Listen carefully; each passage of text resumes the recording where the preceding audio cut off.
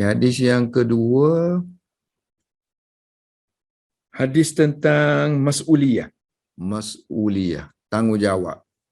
Hadis ni diriwayatkan oleh Bukhari Muslim, muttafaqun alaihi. Selain tu diriwayatkan juga oleh Nasa'i dan juga Tirmizi. So, maknanya kalau kita nak dapatkan pencerahan tentang hadis ni dari segi riwayat, kita boleh bandingkan antara riwayat Bukhari Muslim and then Nasa'i dan Tirmizi. Dia tak boleh kalau kita nak buat syarah hadis, nak dapat gambaran hadis, pertama sekali kita kena bandingkan riwayat dulu. Sebab mungkin satu hadis itu boleh ditafsirkan oleh hadis yang lain dalam riwayat yang lain. Sebelum kita guna otak kita, otak kita maksudnya ilmu-ilmu yang kita ada sebelum ni untuk menghuraikan hadis. So sebelum kita pakai otak kita, kita kena raikan dulu hadis tu sendiri. So sebab itulah setiap hadis tu kita ada belakang dia tu riwayat siapa untuk memudahkan kita lah. Kalau zaman dulu-dulu tu memang tak ada pun sini kan. Kemudian bila orang dah lemah, semakin lemah, dia rujukan tu nak semakin banyak, semakin nak kena ada lah. Kalau dulu semua orang hafal belakang sebut tu dah tahu dah. Hadis ni sekian dah dalam kepala dia. Sekarang ni kita semakin dhaif, semakin tidak bergantung kepada ingatan. So bergantung kepada tulisan. So tulis sini. Zaman sekarang ni pula lagilah tak bergantung, ada yang komputer kan. So maksudnya apa-apa pun zaman tu benda satu saja dari segi iktimad. Iktimad maknanya pergantungan kita tu mesti ada satu yang sumber ni nak kena tahu dia ni autentik ataupun tidak. Kalau dulu kena tanya pakar-pakar hadis, Imam Bukhari, Muslim, Nasa'i semua tu kan. So mereka ingat hadis. Kemudian zaman tu dia semakin berubah. So cara pentadwinan, penjagaan ilmu pun dah berubah jugalah. So hari ni hampir kita kata tak ada sebab lah untuk orang meriwayatkan hadis ataupun apa-apa menggunakan hafalan semata-mata tanpa cek, tanpa tengok. Sepatutnya kena tengok dululah sebelum mengajar tu. Jadi satu kelemahan jugalah seorang yang dalam bidang agama, dia tak ikut perkembangan ilmu, teknologi. Ini panggil teknologi lah ni. Zaman dulu kan. Zaman sahabat dulu guna hafalan, tak banyak tulis. Kemudian selepas tu berlaku penulisan, tulis, dicatatkan. Catat pula tempat buku-buku, lembaran-lembaran biasa. Kemudian advance lagi dah ada kitab.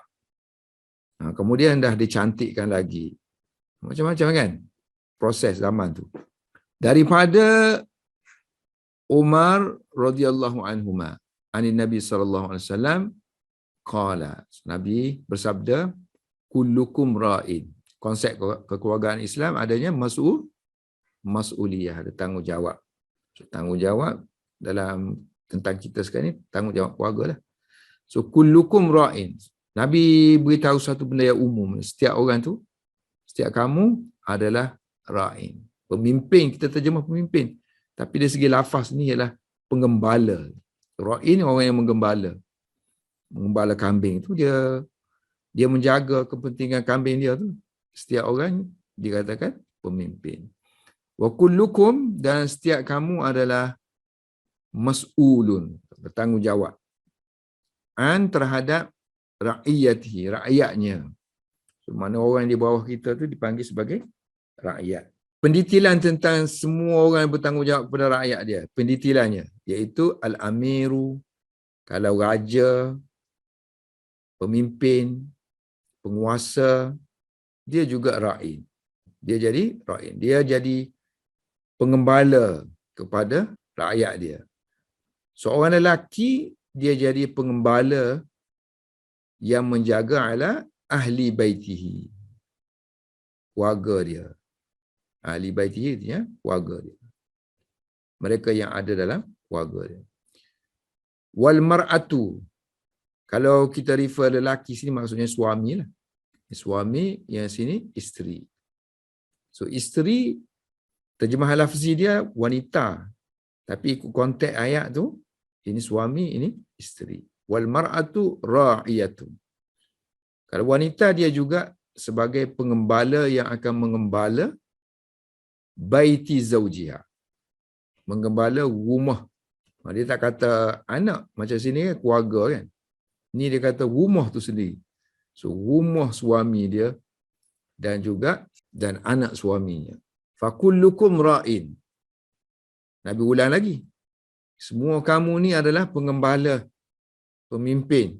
Wa kullukum, setiap kamu mas'ulun an ra'iyatihi. Setiap kamu, semua kamu bertanggungjawab terhadap rakyatnya.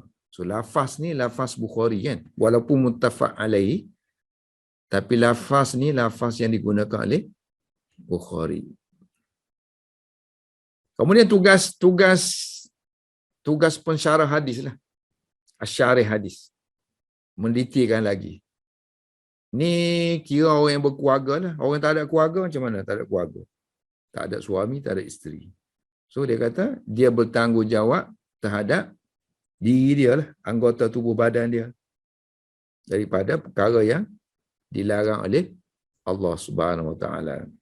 Dan berbuat apa yang disuruh oleh Allah Subhanahu Wa Taala. So dalam kitab-kitab fiqh akan didetailkanlah mana tanggungjawab macam isteri, tanggungjawab suami, nafkah, tempat tinggal dan sebagainya akan didetailkan. Vocabulary dah bagi situ. Ra'in artinya pengembala situ, ra'iyah orang bawahan, biasanya digunakan untuk mana? Rakyat. Kemudian ahli baiti, isi rumah. So perkataan dalam bahasa Arab ni kan dia luas penggunaan dia. Kalau kita duduk dalam gua, kita kata penghuni. Kalau katalah dalam mesyuarat kan kita panggil ahli jemaah menteri ke ahli member of something.